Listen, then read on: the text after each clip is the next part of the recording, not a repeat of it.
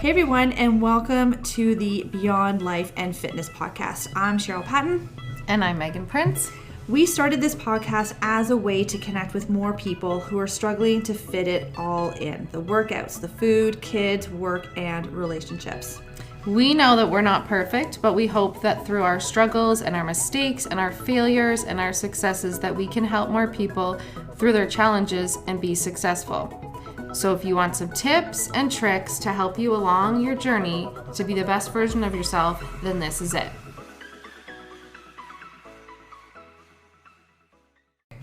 So, we are back, and today we are talking about advice we would give our younger selves, and it doesn't necessarily have to be related to health and fitness. It could be anything. It could be relationships. It could be anything. So, yeah. That was my topic. Yeah. And I've grown a little bit of a blank now in my head. So if you I think somebody told me a little while ago to write a letter to my younger self, like to take a letter and write to myself things that I wish that I knew, because getting to turn 40 last December was a big eye-opening time, I think.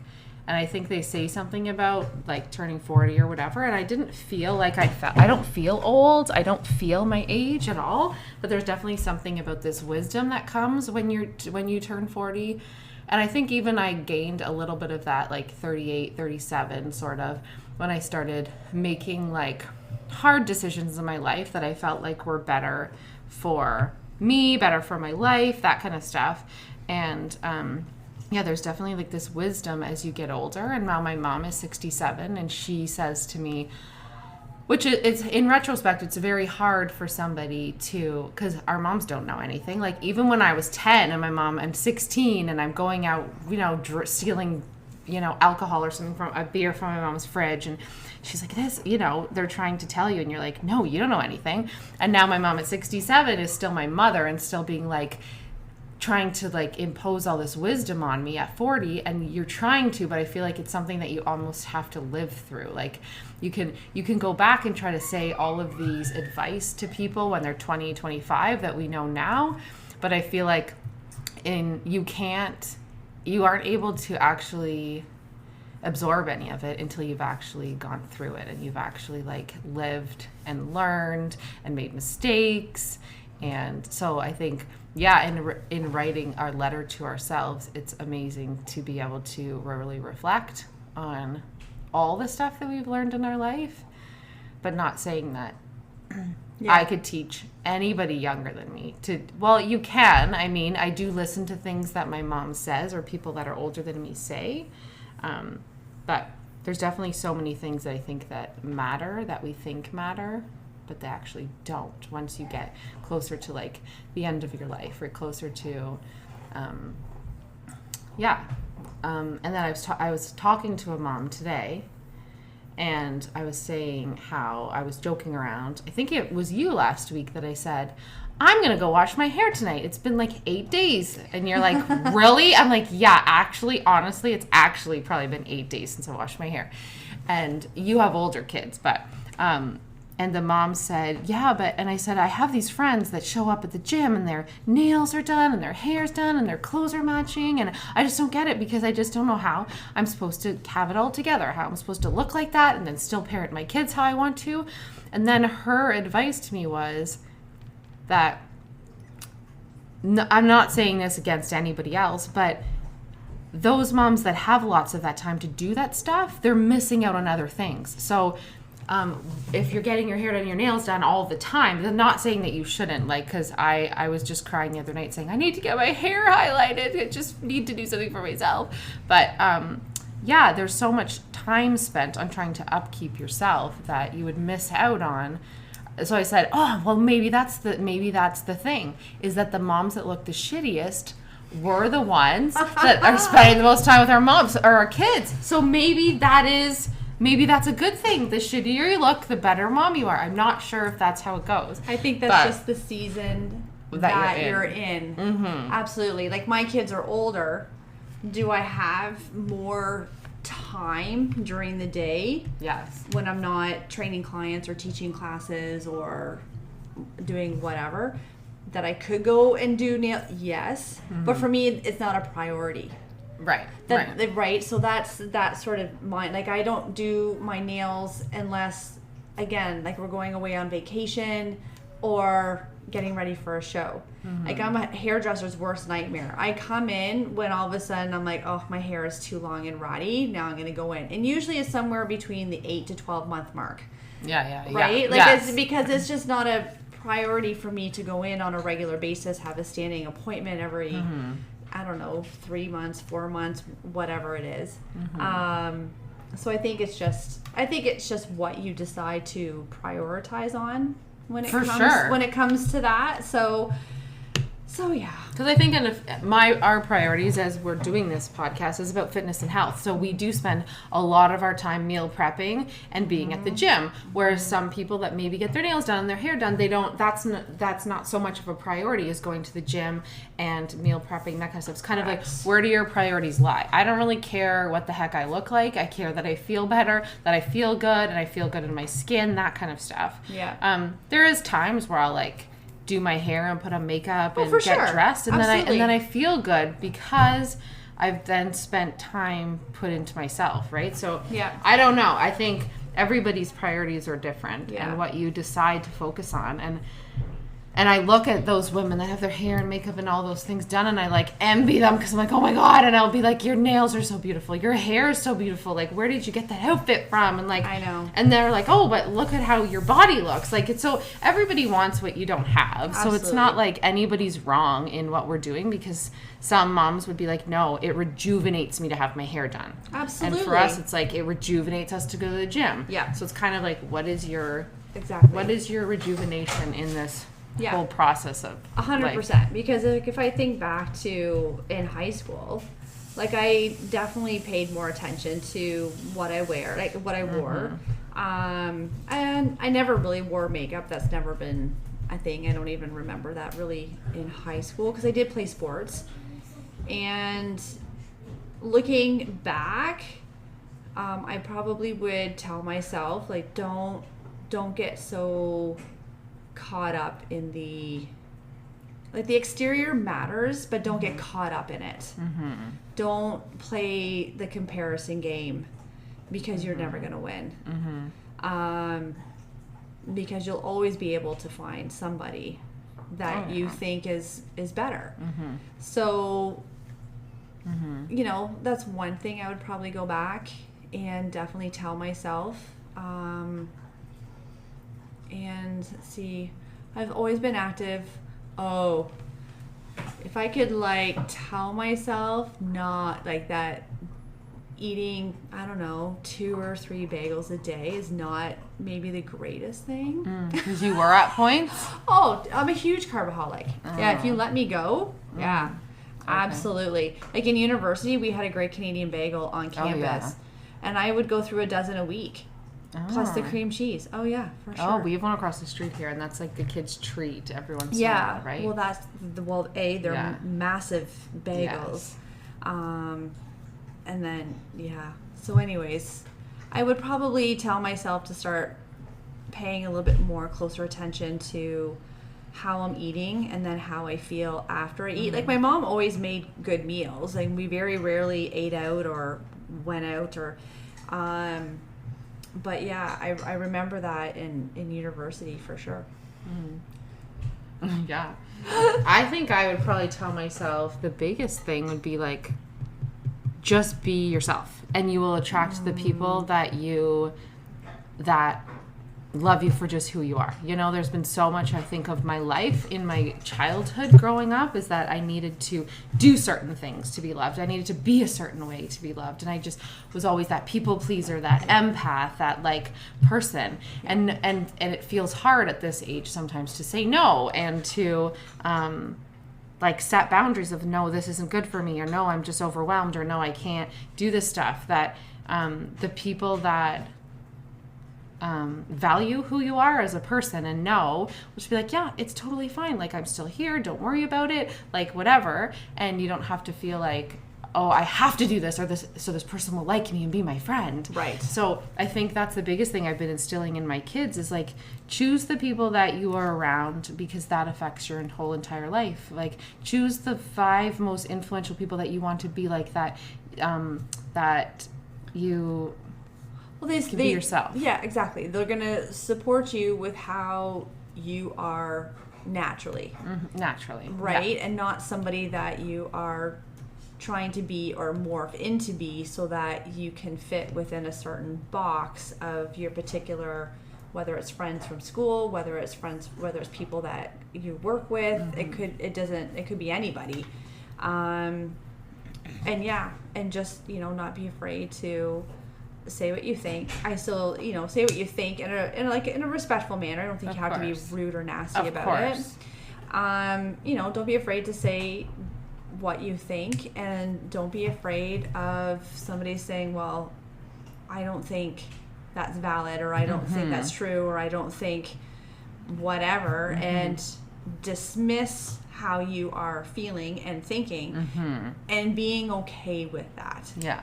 Right? And that's hard. And I think that comes with age and practice. So it's, so when you're dealing with young teenagers, and even people in their 20s, and I think, and social media, I believe, makes this a lot worse, because social media just portrays the best of that moment, right? It doesn't portray their entire day and what may have gone completely sideways, or and so they have this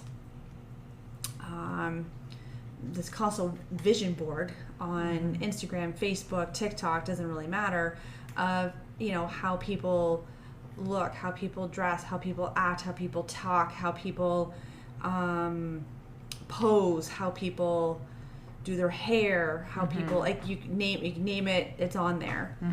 And that's sort of can be, depending on the person, like, that could be, oh my gosh, like, this is the standard if I'm going to be successful in any way, shape, or form in my life. This is how I got to be if I'm going to find a partner for life. This is how I have to be, fill in the blank. Right. No, for sure. And I think the people that I've become the most comfortable with, or close to, or that want in my life, are those people that I can, like, you come here all the time. My house sometimes is a disaster. I didn't even do my hair today. Like, I don't do my hair any day. I know. But that's what I mean. But the people I want to surround myself with are the people that I know there's no judgment on, like, you just show up how you are, and that's just you. I don't have to put on makeup or do my hair or these sort of things, like, to be accepted, right? Like, I don't feel like, if I feel like I have to go and put makeup on and do my hair and put on really nice clothes, I'm like, like, this is, like, of course we like to do that every once in a while, but if I feel that that's my initial reaction if I'm going out with somebody, is that I have to, like, super show up as this person that I'm really not sometimes, then I'm like, maybe this isn't really, like, the real, like, the real friendship. Because if I have to show up as, I think I have to show up as somebody else, right? Then it's like, so I think the people-pleasing thing is the biggest thing, because the people that you have to people-please are the people that you don't really want in your life anyways, because they're the ones that won't accept you if you don't do what they want you to do. So it's like, when you realize that you have to do certain things to get a certain reaction or feeling from somebody else, then it's like, then that probably really isn't my person, right? That if I have to actually do something for them to accept me. So I think, people pleasing, I think, has been my biggest one. I'm glad like, you're teaching your kids that now. And again, they may not believe it right now, but you're instilling that information into their heads, right? So that hopefully over time and over constant repeating of the same thing different ways, it starts to sink in whenever that situation may come up. And my one daughter always says sorry about everything. Like, I don't be like, she just says sorry, and I'm like, stop saying sorry, because unless you hurt somebody or did something intentionally, you don't have to be sorry about how you feel about something that you did, about, like, if you I don't know, something like, can you take the dog out? Did you take the dog out? No. And then she's like freaking out. So sorry, I'm sorry. And I'm like, don't say sorry, babe. Like, just say, okay, I'll take the dog out now. I just forgot or whatever. Okay, that's fine. And I'm like, just stop saying sorry to people all the time, because you don't have to be sorry for feeling a certain way. If you're sad, you can't sleep or anything like that. You don't have to be sorry. So I'm like, stop saying sorry. Yeah. Like, sorry is just when you need to apologize for somebody for hurting them. Right. Sorry is not for you being who you are. Stop being sorry for who you are. Like, I'm like, Yeah. no. Done. And so she'll catch herself now and she's like, sorry. Okay, sorry. I'm not sorry, Mom. I'm not sorry, but I am mad. And I'm like, okay, that's good. Yeah. That's what we But need to it's do. a habit, right? It's just like any other, it's a habit that takes time to break, and being able to catch it in the moment is huge. Yeah. I think that is my biggest strength right now, is being so self-aware of trauma in my life and triggers in my life and reactions in my life, that I'm so self-aware of all of them now, that it's so easy to like be able to change these cycles, to be able to do something different for my kids, and to be able to show them. And sometimes, like, you're right, sometimes I don't believe it at all. And there's this new book that I want to read called, I don't know if you've heard of it, Mind Over Mood, which is like, because your feelings change how you act. Yes. Right. So if you change how you feel, if you change your mindset, everything else is going to change too. So it's all about, even if you don't feel like, it's like fake it till you make it, kind of, but not really. Because another book I'm reading right now is the Happiness Project. And it's like, she's like, I just wake up every morning, and it was like, I'm going to change my energy, and I'm just going to be happy even if I don't feel that I am. But then it changes the whole trajectory of your whole day when you change your mindset, right? So when I feel that I'm not doing enough, this isn't enough, it's not perfect enough, it's whatever, that kind of stuff, then I just like settle in. I'm like, my daughter, who's 12, is an old soul, and she's very like in tune with things. She's like, Mom, I know you're stressed out, but you get to make your own schedule.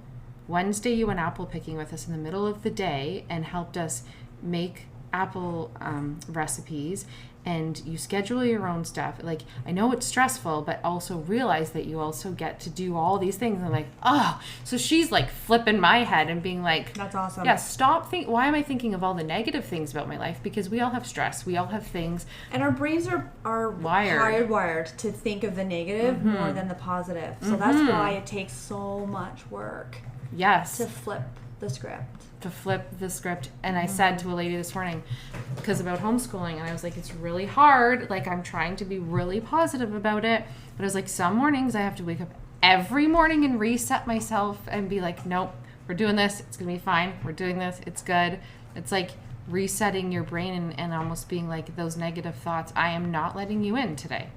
Like, don't come in, because what's the point? Like, the negative thoughts aren't getting us anywhere, they're actually just holding us back. Yes. Right? So what's the point in thinking negatively? Well, that's just it, because then, as you said, your negative feelings are going to then just project onto the rest of your day. So everything's going to seem like it's not happening the way that it should. It's not flowing the way that it should. The kids aren't behaving the way that they should. So yeah. Do you know all those? I know some people, and things just happen to them all the time. Do you know what I mean? Like negative? Like bad things happen to them all the time, right? Like, it'll just, oh my God, like I don't know, like. I do believe some people attract 100%, right? Because I think some people thrive, or they think they thrive. I'm not too sure, because I'm not one of these people, off of chaos, yes, off of drama, 100%, for lack of a better word. 100%. Something has to be going on that they have to be dealing with, so that they feel like they're being, I don't know, whether it's productive, feel like they're being involved in something. I'm not sure. And and my letter to myself, or what I would tell my younger self, is I used to be one of those people.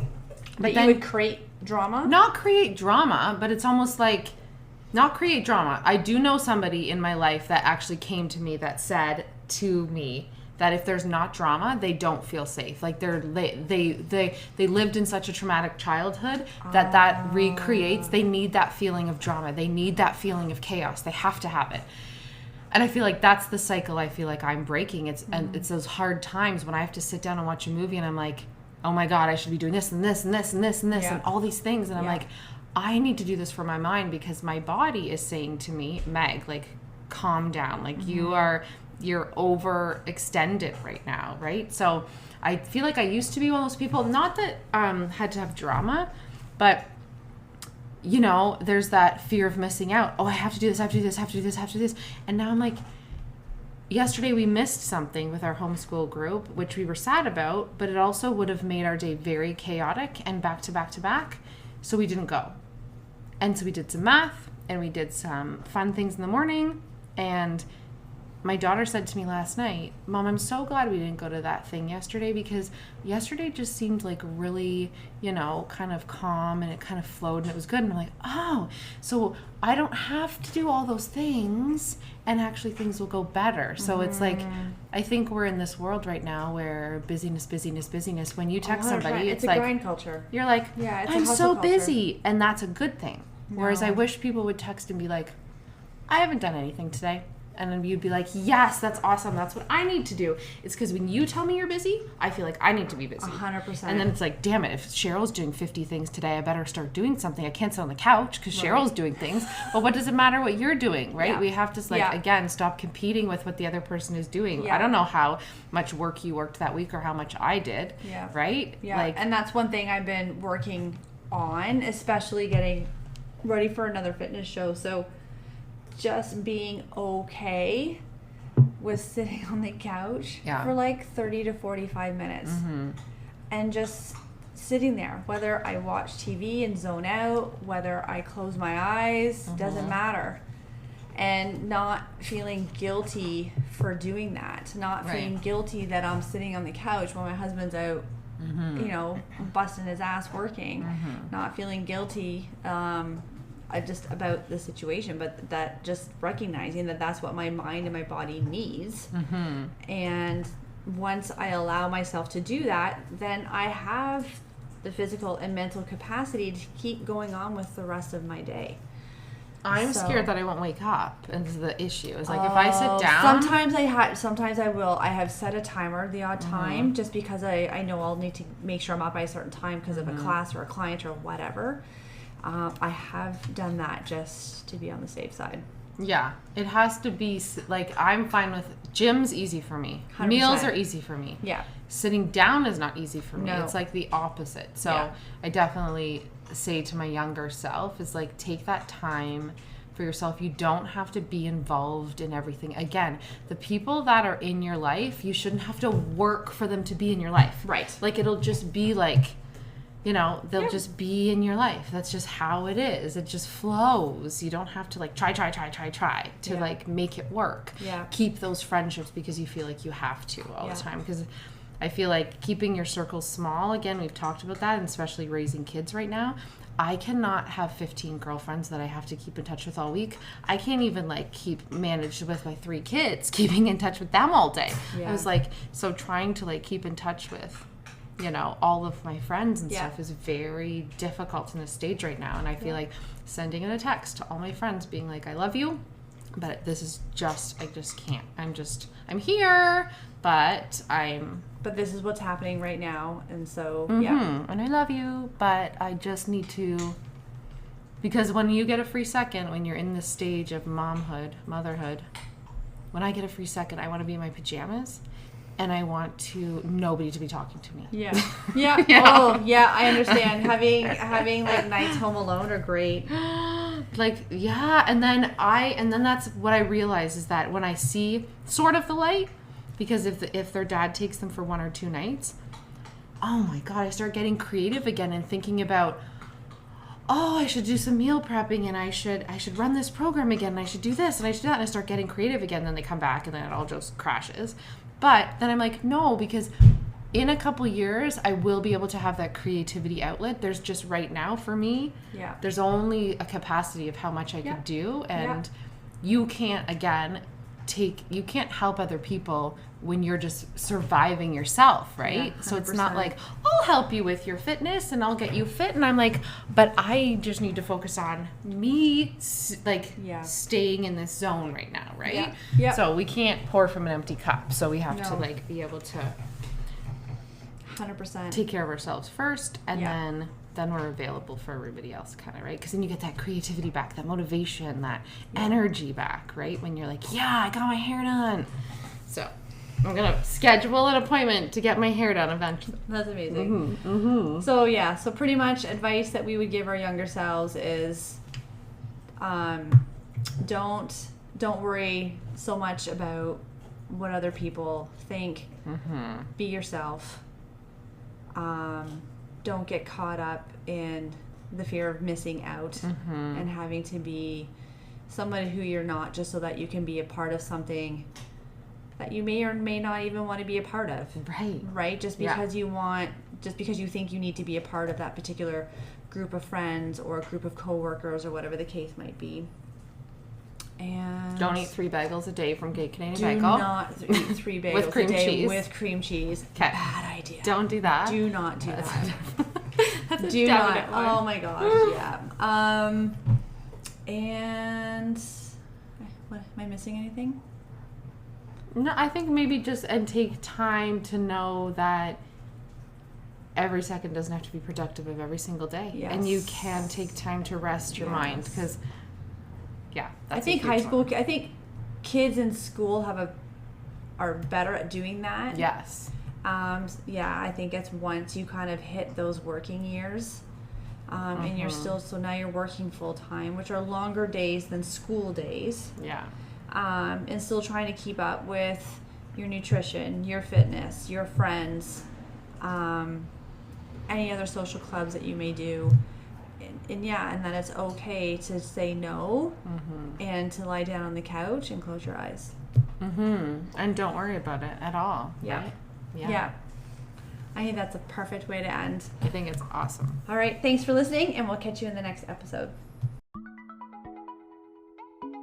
Thanks everybody for listening today, and we truly appreciate you. And let us know what your biggest takeaway was today, and if you have any questions you want answered on the podcast. Don't forget to rate, review, and subscribe to this podcast to automatically receive your episodes and to help us reach more listeners.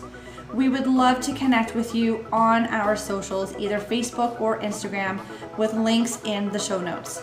Till next time, keep taking those small steps towards your best life.